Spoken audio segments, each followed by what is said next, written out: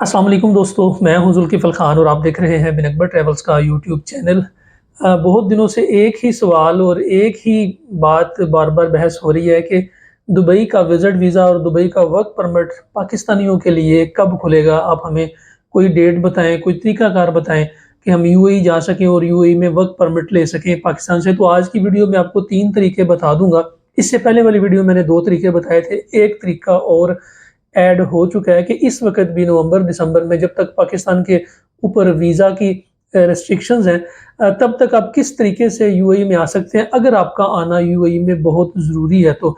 और इन तरीकों में जो सबसे बेहतर और सबसे अच्छा तरीका है वो यूएई की 5 इयर्स मल्टी एंट्री है, जिसकी वीज़ा रेशो इस वक़्त पाकिस्तानियों के लिए बड़ी ही ज़बरदस्त है और सबसे अच्छी बात ये है कि पूरे पाकिस्तान से आप लोग अप्लाई कर सकते हैं। स्टेप बाय स्टेप आपको तीनों तरीक़ेकार बता दूँगा। सबसे पहले 5 इयर्स मल्टी एंट्री है। इसके लिए बैंक स्टेटमेंट चाहिए होती है आपके अकाउंट में कम से कम 10-12 लाख रुपए यानी कि $4000 के इक्वल आपके पास अमाउंट होनी चाहिए, जो आपकी अपनी अमाउंट है, आपने किसी को देनी नहीं है।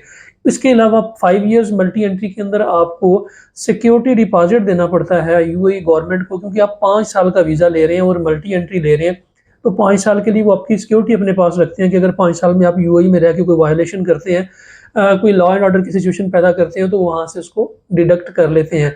ये तकरीबन 3660 दिरहम के करीब इसकी फ़ीस है, 600 दिरहम के करीब इसकी वीज़ा फ़ीस है और इसके अलावा इंश्योरेंस लगती है तकरीबन 300 दिरहम के करीब।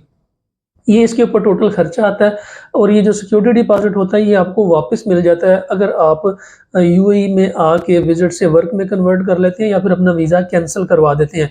तो एक तरीकाकार तो ये है कि आप पाकिस्तान में रह के यूएई का 5 इयर्स मल्टी एंट्री वीज़ा लें और लेके तो आप यूएई में आ जाएँ। दूसरा तरीकाकार जो ये है वो है फैमिली वीज़ा, कि आप अपनी फैमिली के साथ अप्लाई करें, वालिदा के साथ अप्लाई करें और वाइफ़ के साथ अप्लाई करें और वाइफ़ को साथ लेके यानी अपनी फैमिली को साथ लेके यूएई आ जाएँ और फिर यहाँ से अपना वीज़ा वर्क में कन्वर्ट कर लें और फैमिली को आप वापस भेज दें, जो कि दूसरा तरीका है वो इस वक़्त जो अवेलेबल है वो ये है।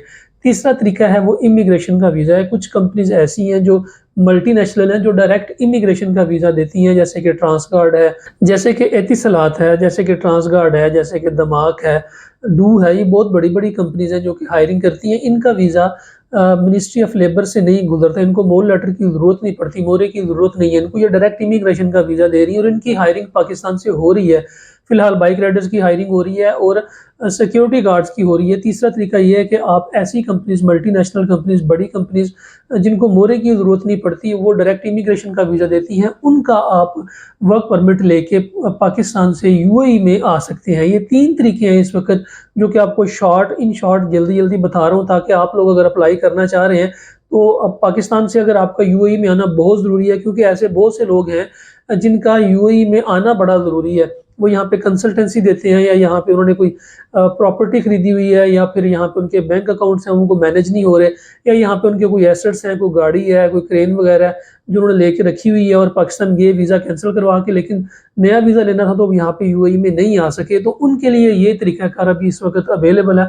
जो लोग इनमें से किसी एक तरीके को भी मज़ीद समझना चाह रहे हैं या उसके लिए उनको कंसल्टेंसी चाहिए, तो स्क्रीन के ऊपर नंबर्स आ रहे हैं, आप इन नंबर्स पे कॉन्टैक्ट करके हमसे भी कंसल्टेंसी ले सकते हैं और ख़ुद भी आप ऑनलाइन इसकी सर्च करके ये वीज़ा ख़ुद भी अप्लाई कर सकते हैं। फ़िलहाल के लिए इतना ही।